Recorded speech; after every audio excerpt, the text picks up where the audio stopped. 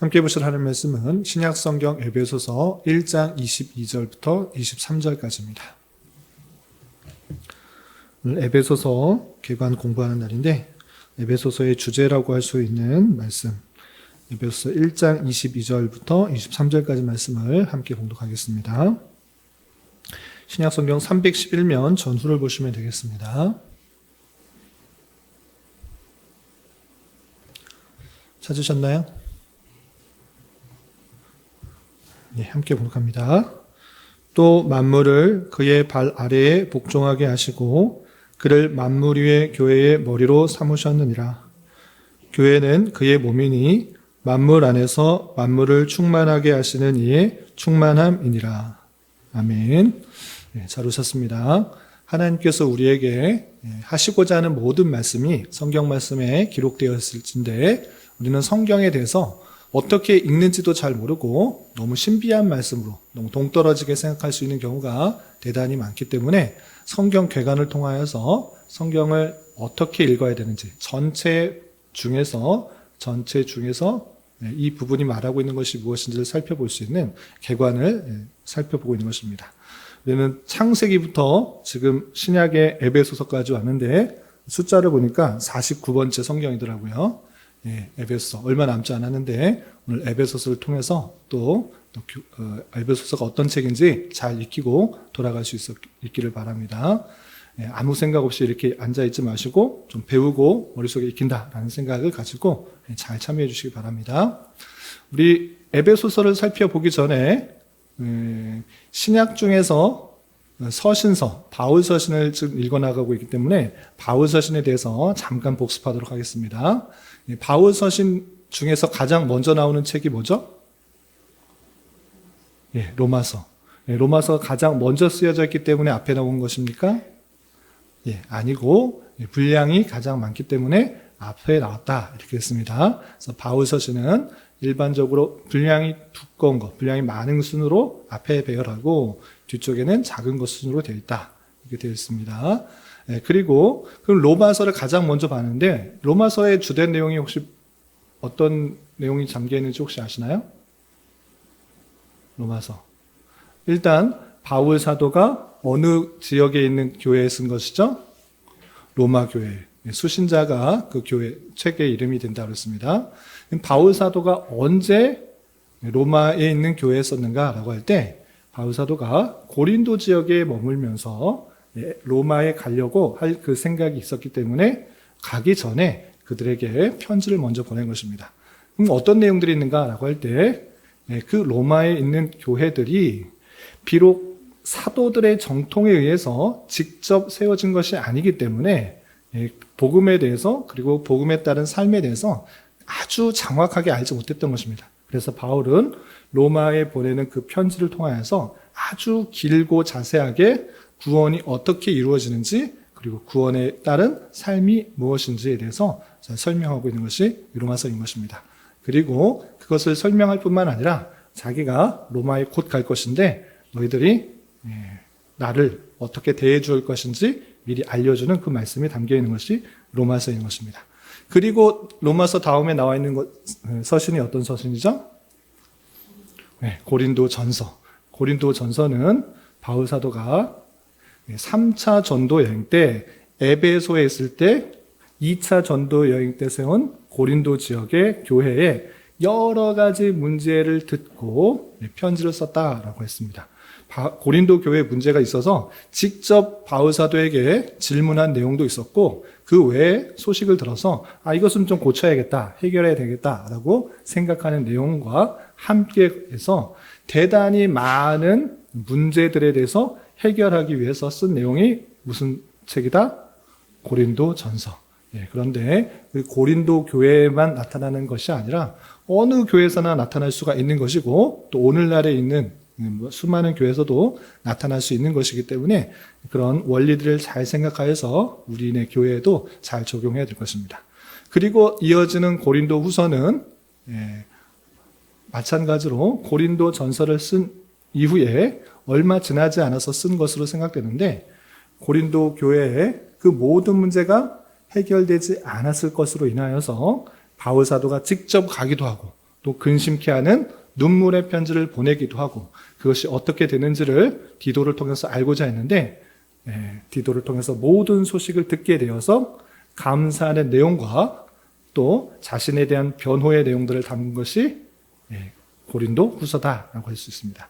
그래서 대단히 많은 부분에 있어서 자신이 왜 사도인지를 아주 강한 어조로 밝히고 있고 또한 내가 고린도에 이제 다시 갈 텐데 연보를 잘 억지로 준비하지 말고 자원하는 마음으로 연보를 잘 준비해더라 라고 하는 것이 고린도 후서인 것입니다. 그리고 지난주에 살펴봤던 갈라디아서도 혹시 기억나시나요? 갈라디아서. 갈라디아 지역부터 생각해 보겠습니다. 갈라디아 지역은 지금의 터키 지역인 것입니다. 이 터키 지역, 바울 사도가 언제 그곳에 복음을 전했는가라고 할 때 남부 쪽은 1차 전도여행 때 전했던 것입니다. 그래서 바울 사도가 1차 전도여행 때 남부 지역을 돌아다니면서 복음을 전했는데 오직 믿음으로 말미암아 구원을 받는다라는 그 이신층의 복음을 전했는데 그 갈라디아 성도들이 바울이 떠나자 어떻게 됐습니까? 곧바로 진리에서 떠나서 다른 복음을 적용하기 시작했던 것입니다. 그래서 예수님 믿는 건 좋은데 믿는 것 플러스 율법을 지켜야 된다. 할례를 지켜야지 정확한 하나님의 백성이 된다. 이런 식으로 율법을 강조하는 내용도 있었기 때문에 그런 거 아니다. 너희들은 왜 이렇게 어리석냐? 너희들은 오직 믿음으로 말미암는 그 구원의 내용들을 잘 깨달아야 된다라고 강조하는 것. 그래서 이신칭의 복음의 핵심 내용이고 또 로마서에서 나왔던 그 내용들을 아주 다시 한번 강조한 이후에 자신이 왜 또 사도인지 그들이 자신이 바울 사도가 사도가 아니라는 것들을 강조했는데 나는 사도라는 것을 그 갈라디아서 앞부분에 계속 강조하고 있는 것을 볼 수 있습니다. 그리고 오직 믿음으로 말미암아 의롭게 된다라는 이신칭의 내용을 가르쳐주고 그 이신칭에는 그리스도와 연합되는 것이고 그리스도가 십자가에 달려 돌아가신 것이 나도 십자가에 못 박힌 것이다 라는 놀라운 신비적 연합에 대해서 알려줄 뿐만 아니라 이렇게 이신층의 구원을 얻은 자로서 성령을 조차 행함으로 성령의 풍성한 열매를 맺어야 된다. 이런 것들이 갈라디아서에 나왔던 것입니다. 그것이 지난 시간까지 배운 것이고 오늘은 에베소서의 내용을 좀 살펴보도록 하겠습니다. 먼저 졸릴 수 있으니까 동영상을 좀 보시고 동영상의 핵심적인 내용들을 잘 소개하고 있기 때문에 동영상 먼저 보시고 또 보충적인 내용들은 교환을 통해서 설명하도록 하겠습니다. 먼저 같이 동영상 보겠습니다.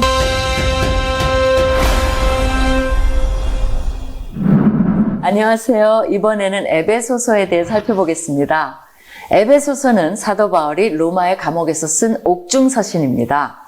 로마 제국 아시아 지역의 주요 도시인 에베소는 해상과 육상의 무역로가 교체되는 지리적 위치 때문에 교통과 상업의 중심지 역할을 했으며 터키 서부 해안에 있던 항구 도시입니다. 특히 세계 7대 불가사의 가운데 하나로 손꼽히는 풍요의 여신 아데미 신전이 그 위용을 자랑하여 항상 수많은 순례자들이 각 지역에서 모여들었으며 신전 주변에는 숙박업을 하거나 기념품을 파는 자들로 상권이 형성되어 있었습니다.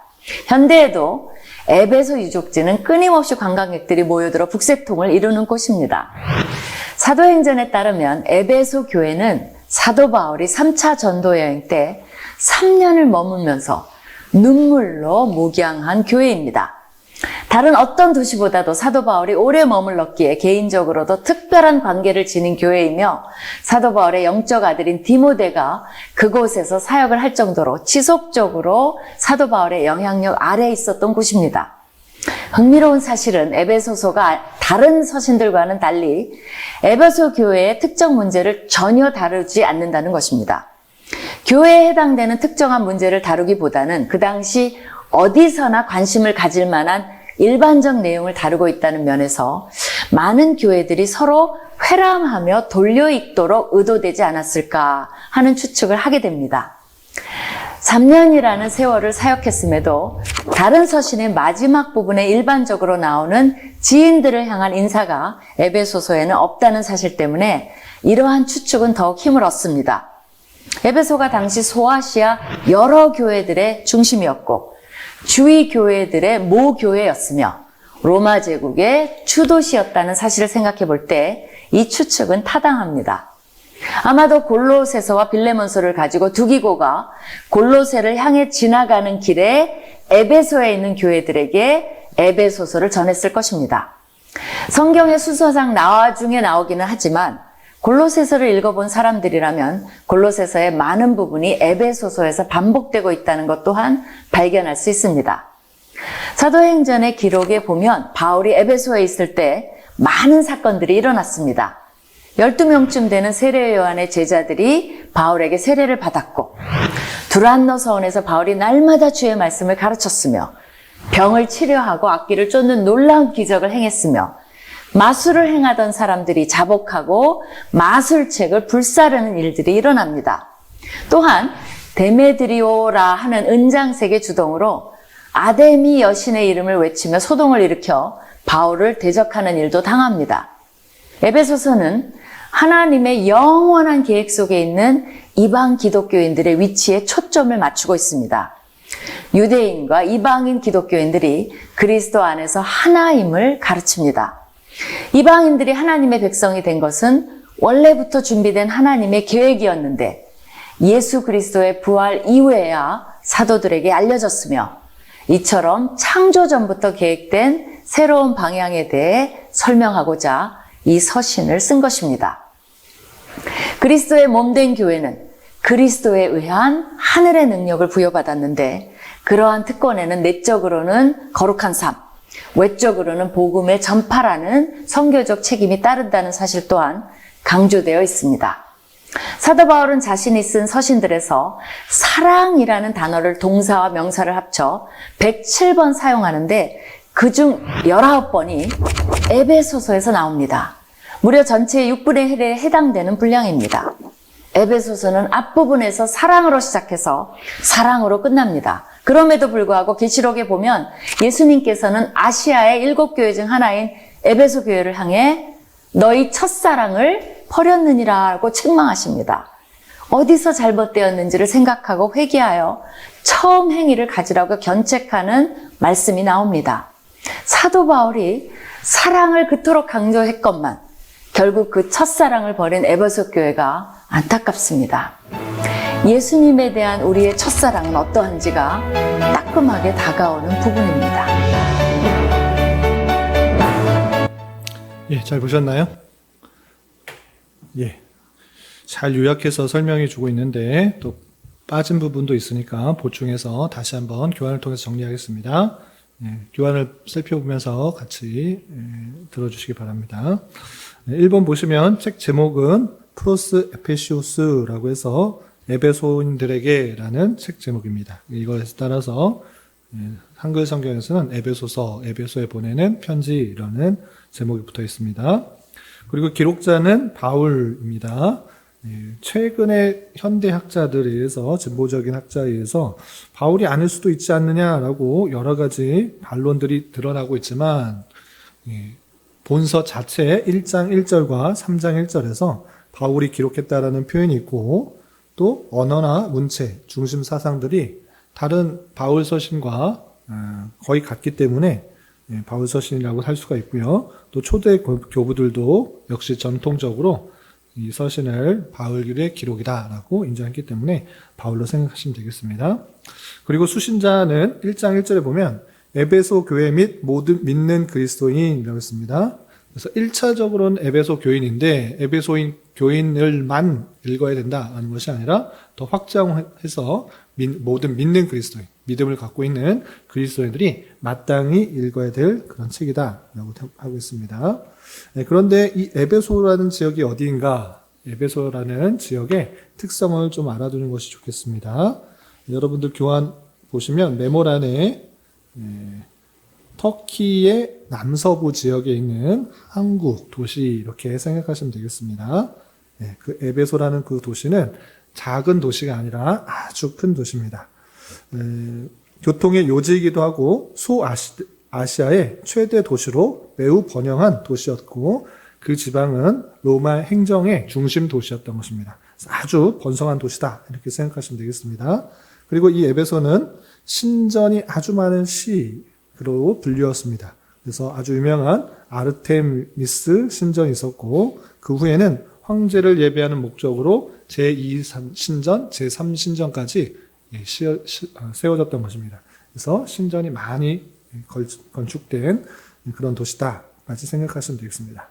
그럼 바울은 언제 여기 와서 복음을 전했는가라고 할 때 바울은 2차 전도 여행할 때 아시아, 이 에베소에 가서 복음을 전하고 싶었던 계획이 있었으나 그렇게 가지는 못했습니다. 성령 하나님께서 막으셔서 유럽에 건너가 복음을 전하게 되었고 그래서 유럽의 여러 지역에 교회를 세우고 다시 안디옥 모 교회로 가는 도중에 에베소에 잠깐 들렀다가 간 것입니다. 그래서 고린도 지역에 있다가 갱그레아 가서 에베소가 한국이기 때문에 그 큰 지역, 교통의 중심지라고 할 수 있는 배를 타고 가서 에베소에서 잠깐 들러가지고 그곳에 브르스길라와 아굴라를 남겨두고 자기는 다시 모 교회, 안디옥 교회로 돌아갔다라는 그런 표현이 있습니다.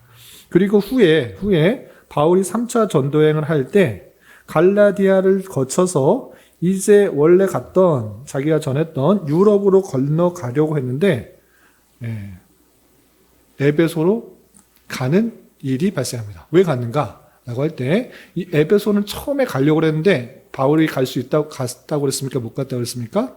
못 갔다. 왜? 성령님께서 유럽으로 인도해 주셔서 그렇게 갔던 것입니다. 그래서 그 에베소 지역은 아볼로라는 사람이 복음을 전해주고 세례를 주는 그런 일들을 했습니다. 그런데 이제 3차 전도여행 때 바울이 그곳을 지나가는데 거기 가려고 하는 것이 아닌데 그 에베소의 사람들이 바울을 만나서 이런 이야기를 하는 것입니다. 나는 세례는 받았는데 물 세례는 아는데 성령 세례는 모른다. 성령은 들어보지도 못했다. 이런 얘기를 하는 것입니다. 그래서 바울이 깜짝 놀란 것입니다. 그래서 얼른 에베소에 가서 그 성령에 대해서 잘 설명을 하고 있던 것입니다. 그래서 그곳에서 약 3년이라는 기간 동안에 다른 지역에서 3년 머무른 적이 없습니다. 그나마 많이 머물렀던 지역이 고린도 지역, 1년 6개월 동안 머물렀는데 이곳에서는 횟수로 3년간 머물면서 아주 복음을 잘 전했던 것입니다. 도시도 컸고 사람도 많았고 행정 중심되었기 때문에 이곳에서 복음을 많이 전했던 것입니다. 그런데 바울이 복음을 전할 때 편안하게 전했던 것은 아닙니다. 여러 가지 문제들도 많았고 핍박을 따라서 회당에서 전하다가 또 다른 데 가서 두란노 서원이라는 곳에서 2년 동안 복음을 전하기로 했던 것입니다. 우여곡절 많았지만 열심히 복음을 전해서 그 교회가 아주 굳건하게 잘 설 수 있었던 것입니다. 그런데 지금은 바울 사도가 그 교회를 떠나 있는 상태에서 그 교회를 위해서 편지를 쓰고 있는 것입니다. 왜 쓰고 있는가? 그리고 지금 바울 사도는 왜 떨어져 있는가? 라고 하면 2페이지를 보면 나와 있습니다. 2페이지 보시면 바울이 열심히 전도했던 그 3차 전도여행 때 약 횟수로 3년이라는 기간 동안에 머물면서 복음을 잘 전하였는데 이제 바울은 3차 전도의 여행을 마치고 어떻게 됐습니까? 붙들려서 로마에 가게 되었던 것입니다. 그래서 나는 로마 시민권을 가지고 있다. 복음을 전하는 이유로 말미암아 많은 사람들에게 핍박을 받고 또 붙잡혔는데 나는 로마 시민권을 갖고 있다. 나 로마에 보내줄라. 라고 해서 로마에 가게 되었던 것입니다. 그래서 로마의 감옥에 갇혀 있으면서 그 사랑하는 교회, 정말 애정을 쏟았던 그 에베소 교회에게 편지를 쓰게 되었다라는 것입니다. 그래서 AD 62년경 로마 옥중에서 기록된 것으로 볼 수 있습니다. 그런데 에베소서를 잘 읽어봐도 내가 AD 62년경 로마의 감옥에 있다가 이것을 에베소에 보낸다 이런 표현이 등장할까요? 안 등장할까요? 등장하지 않습니다. 어떤 표현만 등장하는가? 내가 갇혀있다. 내가 묶여 있다. 이런 표현이 등장하는 것입니다. 그러면 바울 사도가 언제 묶여 있고 갇혀 있었는가를 사도행전을 잘 찾아보면서 우리는 확인할 수가 있는 것입니다. 사도행전을 보면 바울 사도가 3번 갇힌 내용이 나옵니다. 몇 번이요? 3번. 첫 번째는 언제인가? 바울 사도가 2차 전도의 여행을 떠나서 성령께서 이끌려서 소아시아에다가 아시아에 전하는 것이 아니라 유럽으로 가서 복음을 전하는데 평탄한 길이 있는 것이 아니라 핍박과 탄압이 있었던 것입니다. 빌립보에서 자주장사의 복음을 전하고 많은 사람들이 변하게 되었는데 오히려 왜 귀신을 쫓았냐, 내 생업을 왜 막았냐 하면서 감옥에 갇히게 한 일이 있었던 것입니다. 이렇게 첫 번째 갇히게 된 그 장소, 그것이 빌립보인데 그 빌립보에서 처음으로 갇혔던 것입니다. 그런데 그 빌립보에서 오래 있었나요? 오래 있지 않았고 그곳에서 바울과 실라가 찬송할 때 옥문이 열리고 금방 나오게 되었던 것입니다. 그래서 거기서 뭘 편지를 쓰고 내가 갇혀있다 이런 얘기를 할 필요가 없었습니다. 그래서 거기는 아닐 것이다 라고 생각할 수 있습니다. 두 번째 갇힌 데는 언제인가? 3차 전도 여행을 마치고 이 가이사랴 지방으로 왔을 때 처음으로 갇히게 됩니다. 로마에 가기 전에 갇혀있는 그런 때가 있었습니다. 그런데 마찬가지로 이 로마에 있을 때, 가이사랴에 있을 때도 그렇게 오랜 기간이 아니었기 때문에 굳이 이것을 쓸 필요가 없을 것이다. 이렇게 생각하는 것입니다. 그런데 로마에 있을 때는 다른 서신과 마찬가지로 함께 그것을 편지를 쓰고 보냈을 것이다. 이렇게 생각하면서 바울 사도가 가이사랴가 있다가 로마에 간 그 AD 62년경 로마의 옥중에 있을 때 썼을 것이다. 이렇게 생각하는 것입니다. 이해가 되셨죠? 그리고 참고적으로 옥중에 썼다라고 해서 이 서신을 무엇이라고 부를까요? 옥중서신이라고 부릅니다. 옥중서신은 에베소서만 있는 것이 아니라 4권이 더 있습니다. 어떤 것이 있을까요? 에베소서, 빌립보서, 골로새서, 빌레몬서 이 4권을 옥중서신, 바울이 1차 투옥 때 썼던 서신이라 해서 옥중서신이라고 합니다. 그런데 가만히 성경을 읽어보면 옥중에서 쓴 편지가 하나 더 있습니다. 언제 어떤 것이 있을까요? 디모데 후서. 디모데 후서는 1차 감옥에 투옥됐을 때 쓴 것이 아니라 1차 감옥에 투옥됐다가 몇 년 뒤에 풀려나고 다시 복음을 전하다가 네로 황제의 박해에 의해서 또다시 붙잡힌 것입니다. 그때는 바울 사도가 내가 나갈 수 있을 것이라는 희망이 없고 내가 죽을 것이라는 그런 생각이 있었던 것입니다. 그래서 자신이 사랑하며 아들과 같이 여기는 디모데에게 마치 유언처럼 남긴 서신이 디모데 후서인 것입니다. 그래서 디모데 후서를 잘 읽어보면 내가 갇혀 있을 뿐만 아니라 전제와 같이 죽을 날이 얼마 남지 않았다는 것을 직감하고 있는 것을 볼 수 있습니다. 이것도 엄밀하게 말하면 옥중서신이지만 그것보다는 목회자에게 쓴 편지다. 그래서 목회서신으로 분류되고 있다. 이렇게 참고로 알아두시면 되겠습니다. 그래서 일반적으로 옥중서신은 에베소서, 빌립보서, 골로새서, 빌레몬서 이것이 옥중서신이다. 이 4개의 서신에서는 내가 매여 있다, 갇혀 있다, 사슬에 묶여 있다 이런 표현들이 등장한다라고 알아두시면 되겠습니다. 그렇다면 기록 이 에베소서를 쓰게 된 목적이 무엇인가? 감옥에서 에베소에 있는 성도들에게 왜 썼는가? 동기와 목적을 살펴보도록 하겠습니다. 본서에서는 두기고가 다른 소식을 아시아에게 전하기로 되어 있다는 것 외에는 굳이 왜 에베소서를 썼는지 명확한 이유가 등장한다 안 한다? 안 합니다. 우리 고린도 교회에 보내는 편지, 고린도 전서를 봤을 때 대단히 많은 문제들이 있었고 내가 너희들이 묻는 그것에 대해서는 이렇게 대답한다라는 표현을 통해서 써야 될 이유가 분명히 드러나고 있습니다. 그런데 에베소서는 에베소에 지금 큰 문제나 여러 가지 상황들이 잘 드러나고 있지 않습니다. 그래서 굳이 왜 이걸 썼는지 정확하게는 알 수는 없습니다. 에베소의 상황들이 어떠한지 정확하게는 말할 수 없지만 반대로 에베소서의 내용을 쭉 읽어보면 바울 사도가 에베소 성도들이 이랬으면 좋겠다, 이것을 알았으면 좋겠다라고 하고 있기 때문에 에베소 성도들은 이것이 부족하지 않았을까, 이렇게 역으로 추측해 볼 수 있는 것입니다. 그리고 아까 에베소에 대해서 설명을 할 때 바울이 3차 전도 여행 동안에 약 3년 동안 기원 후 52년부터 54년까지 횟수로 약 3년 동안 가장 오랫동안 머물며 복음을 전하였고 교회를 세웠던 것입니다. 그리고 사도행전 표현에 자신은 밤낮 눈물로 각 사람을 권하기를 쉬지 아니하였다라는 표현이 등장할 정도로 그 교회를 무척이나 사랑하고 애썼던 것입니다. 그런데 그런 상황 속에서 바울은 로마에 갇혀 있을 때 에베소 교회의 여러 소식을 듣고 그들에게 꼭 필요한 내용들을 중심으로 말을 할 뿐만 아니라 그들만 알아야 된다라는 것에 그치지 않고 1장 1절에서 표현했다시피 에베소 성도들, 교회들과 모든 믿는 그리스도인들에게 알아야 될 내용들을 같이 회람식으로 알려준 것으로 생각해 볼 수가 있는 것입니다.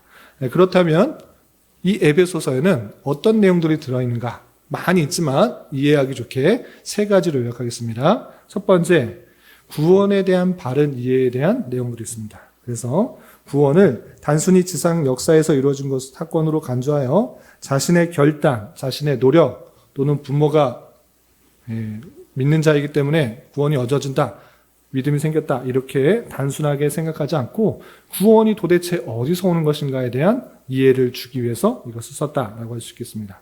두 번째는 교회가 무엇인가, 교회가 건물인가, 교회는 그냥 성도들인가, 성도들의 모임인가, 친교 단체인가, 뭐 하는 것인가, 그것에 대해서 알려주기 위해서 이것을 썼다라고 할 수 있겠습니다. 그리고 세 번째는 그 교회의 성도로서, 교회의 그 일원으로서 어떠한 삶을 살아야 되는가, 주님께서 다시 오실 그날까지 이 땅에서 무엇을 하며 살아야 되는가, 가정 안에서, 사회에서 어떤 삶의 자세를 가져야 되는가 알려주기 위해서 이 에베소서를 썼다, 이렇게 생각하시면 되겠습니다. 그렇기 때문에 이 에베소서는 그 세 가지 질문에 대한, 그 동기에 대한 답을 전해주고 있습니다. 그럼 답이 무엇인가? 3페이지를 보시겠습니다. 3페이지 주제에 있는데 세 가지 질문에 대한 답입니다. 첫 번째 질문은 구원에 대한 바른 이해를 위해서 썼다라고 했습니다. 구원은 어디서 왔는가? 그것이 무엇인가? 삼위일체 하나님께서 은혜로 구원을 주셨다라는 것을 에베소서에서 잘 밝혀주고 있는 것입니다. 내용을 읽어보겠습니다. 사도 바울은 예수 그리스도를 믿고 구원받게 된 것이 자신의 판단이나 결단에 근거한 것이 아니라 오직 그의 뜻의 결정대로 일하시는 하나님의 계획 따라 예정을 입어 그의 경륜을 따라 하나님의 택하신 자를 구원하기 위하여 그리스도 안에서 통일되게 하기 위하여 그 피로 말미암아 우리의 죄를 사하여 주셨고 이 복음을 듣고 믿을 수 있도록 성령께서 인치시고 보증이 되셨음을 자세히 알려주고 있습니다. 좀 복잡한데 쉽게 말해서 너희들 믿었으니까 구원받았다, 너가 믿었고 결단하고 그렇게 해서 구원된 거 아니고, 그거 아니고 성부 하나님께서 다 모든 것을 그 뜻의 결정대로 일하시는 신데 그 예정을 입어서 너희가 구원을 받게 된 것이다. 그럼 예정을 입으면 구원받는가? 그것 아니고 예정 입은 자를 구원하시기 위하여서 예수 그리스도를 보내셨고 그가 십자가에 달려 피를 흘리심으로 말미암아 죄사함을 주셨다. 성자 하나님의 놀라운 구속 사역을 밝히고 있습니다. 뿐만 아니라 성령 하나님께서 그것을 너희가 믿도록 하셨다.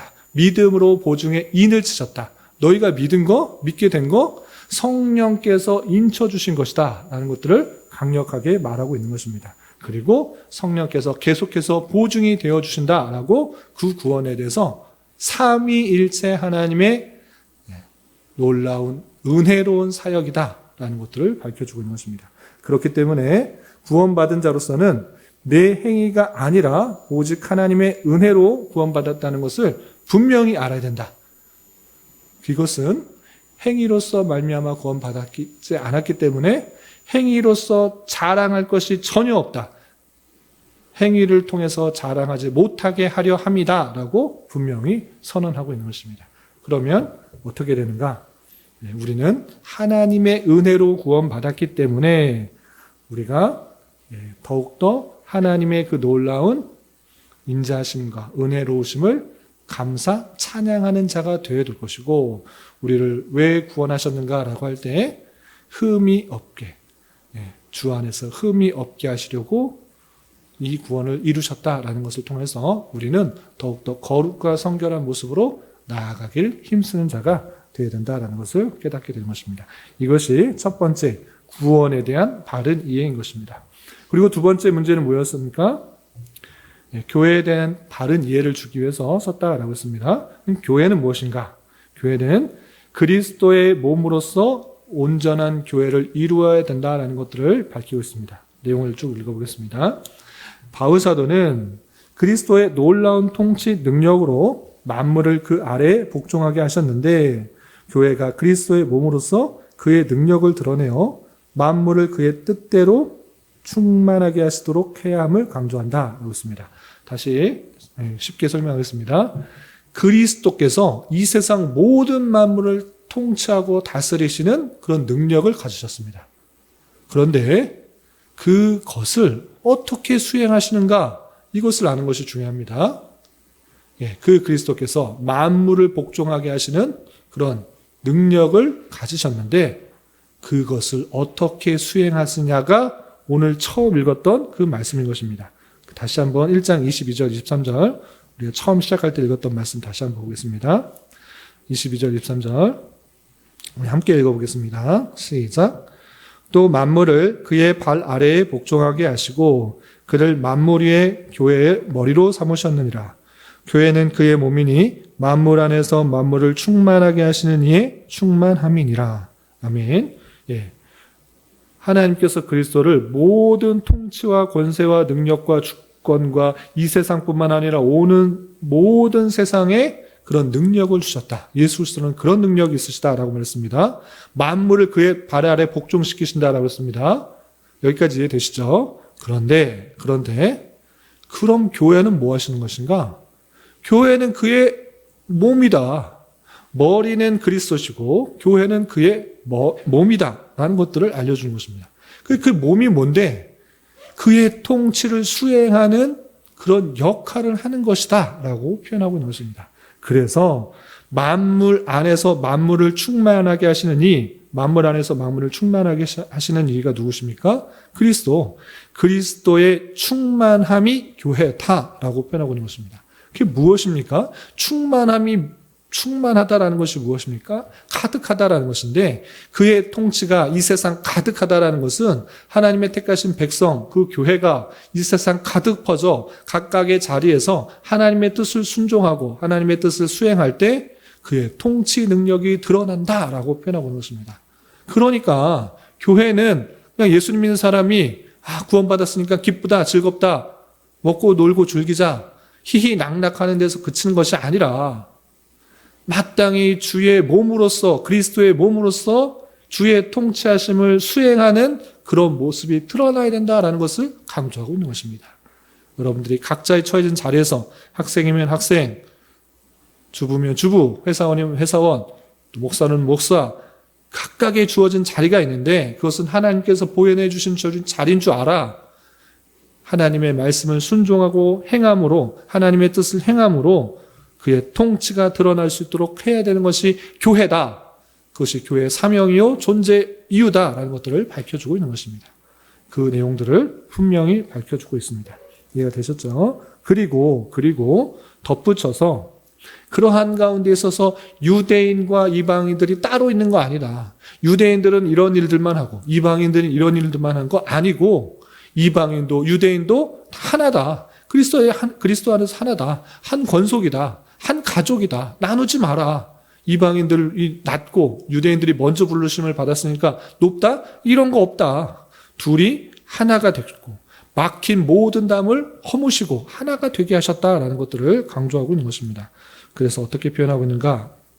2장 19절부터 22절에는 이런 표현이 있습니다. 19절부터 22절 제가 읽어보겠습니다. 그러므로 이제부터 너희는 외인도 아니요 나그네도 아니요 오직 성도들과 동일한 시민이요 하나님의 권속이라. 너희는 사도들과 선지자들 터 위에 세우심을 입은 자라. 그리스도 예수께서 친히 모퉁이 돌이 되셨느니라. 그의 안에서 건물마다 서로 연결하여 주 안에 성전이 되어가고 너희도 성령 안에서 하나님이 거하실 처소가 되기 위하여 그리스도 예수 안에서 함께 지어져 가느니라 라고 표현했습니다. 에베소 성도들, 너희들 이방인이라 생각하지 말고 유대인이 아니라고 위축되지 말고 너희들도 똑같은 하나님의 권속이다. 하나님의 가족이다. 그리스도 안에서 통일된 것이다. 그러니 유대인과 이방인 나누지 말고 함께 하나를 이루어서 서로 연결하여 주 안에서 성전이 되어가고 서로 성령께서 거하실 만한 처소가 되어서 지어져 가라. 함께 지어져 가라 라고 표현하고 있습니다. 완벽한 모습은 아니지만 나 없어도 돼 이런 생각으로 하는 것이 아니라 나 하나쯤 어떠냐 이런 생각이 아니라 건물 안에서 하나가 없어지면 물이 새거나 부실공사가 되는 것입니다. 그런 줄 알아. 모두가 한 몸으로 한 말을 묶여서 주께서 거하실 만한 온전한 성전이 되도록 해야 될 것이고, 그리고 그리스도의 장성한 각 사람에게 주신 분량과 은혜가 있고 또 직분고 있고 그런 직분에 따라 봉사일을 잘 감당하여서 그리스도의 장성한 분량이 충만한 데까지 자라도록 권면하는 내용들이 담겨 있는 것입니다. 이것이 두 번째 교회에 대한 바른 이해인 것입니다. 그리고 세 번째 주제는 무엇이었는가? 그때 그리스도에 대한 삶이 어떻게 되는지에 대해서 표현하고 있는데 그것은 한마디로 말해서 옛사람을 버리고 새 사람으로 이 세상을 살아가야 된다라고 표현했습니다. 이제 구원을 어떻게 받았는지 알았고 교회가 무엇인지 깨달았습니다. 그러면 각자의 삶에 있어서 이 땅에 살아가야 되는 이유가 무엇인가? 그럼 교회 안에서 성도들끼리 똘똘 뭉쳐서 하나님 찬양하고 또 하면 되는가? 그렇지 않고 그 교회는 각 사람에게 각자의 주어진 자리에서 행해야 될 때 이러한 자세로 행해야 된다라고 표현하고 있는데 그것은 무엇이냐? 구원을 받은 자답게 마음을 새롭게 하여 구습을 따르는 옛사람을 벗어버리고 심령이 새롭게 되므로 새 사람을 입어 빛의 자녀답게 성령 충만한 삶을 살아야 된다라고 표현하고 있습니다. 이러한 정체성을 알면서도 우리는 아주 여전히 육체를 가지고 있는 사람이기 때문에 옛사람의 습성들, 그런 죄된 본성이 나오게 된다. 그런 것 따르지 말고 나는 새 사람이 되었다. 새 사람의 옷을 입고 오직 하나님을 따라 의와 진리의 거룩함으로 지으심을 받은 새 사람이라는 것을 생각하면서 나는 빛의 자녀다. 나는 빛의 자녀답게 어둠에 거하지 않고 밝은 데 거하며 성령 충만한 삶을 살아야 된다라는 것들을 강조하고 있습니다. 그렇게 하기 위해서는 각 가정의 구성원으로서 아내들면 아내로서 남편은 남편으로서 또 자녀들은 자녀로서 아비들은 아비로서 가정 안에서 각 가정 안에서 어떠한 삶을 살아야 되는지 알려줄 뿐만 아니라 또 사회 안에서 권위 위에 있는 자와 권위 아래에 있는 자로서 어떻게 살아야 되는지를 실제 삶으로 보여주고 있는 것입니다. 아울러 이 땅에서 살아가는 동안에 영적 싸움이 끊임없이 있을 것을 경고하고 있습니다. 구원받으면 항상 기쁘고 즐거움만 있는가? 평안한 일만 있는가? 아니다. 끝까지 싸우는 것이다. 그런데 눈에 보이는 것하고 싸우는 거 아니다. 눈에 보이는 것 가지고 싸우는 것이 아니고 혈과 육에 대해서 싸우는 것 아니고 공중의 권세 잡은 자, 영적 전투를 하는 것이다. 이것을 잊지 말아야 된다. 이 땅에 살아갔을 때 눈에 보이는 저 사람, 그 사람하고 싸우는 것 같아 보이지만 그 이후에는 이 보이지 않는 곳에는 영적 전투가 있다.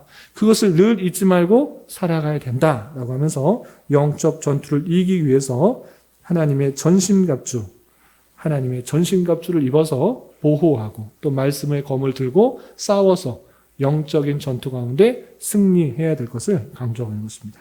그것이 구원받은 자로서 이 땅에서의 삶을 살아갈 때 주님 다시 오실 때까지 끝까지 영적 전투를 하며 살아가는 것인지를 잘 보여주는 그런 삶이다라는 것을 강조하고 있는 것입니다.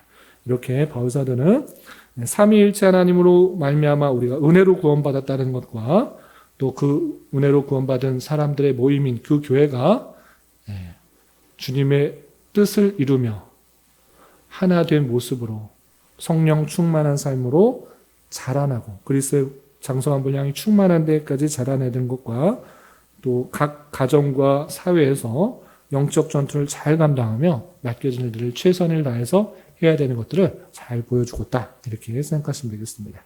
이렇게 세 가지로 정리할 수 있고 추가적으로 이 에베소서의 특징을 네 가지로 정리했습니다. 첫 번째, 삼위일체 하나님의 근거한 교회의 비밀이 담겨진 서신입니다. 그래서 교회가 이 에베소서에는 교회라는 표현이 많이 등장하고 있는데 그런데 그냥 교회에 대해서 그냥 어떤 것이다 이렇게 설명하는 것을 그치지 않고 그리스도의 몸인 교회를 유기적이며 생동적인 조직으로 설명하면서 교회가 지닌 비밀을 잘 설명하고 있습니다.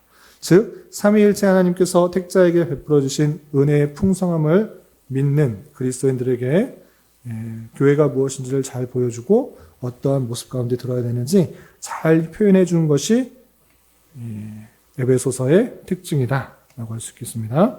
두 번째 특징은 무엇이냐? 이 에베소서는 복음 전체를 잘 요약해주고 있다라고 할 수 있습니다. 그래서 기독론도 들어있고 구원론도 들어있고 교회론도 들어있고 종말론도 들어있고 광범한 주제를 다루고 있지만 간결하고 명쾌하게 제시하고 있다라는 특징이 있습니다.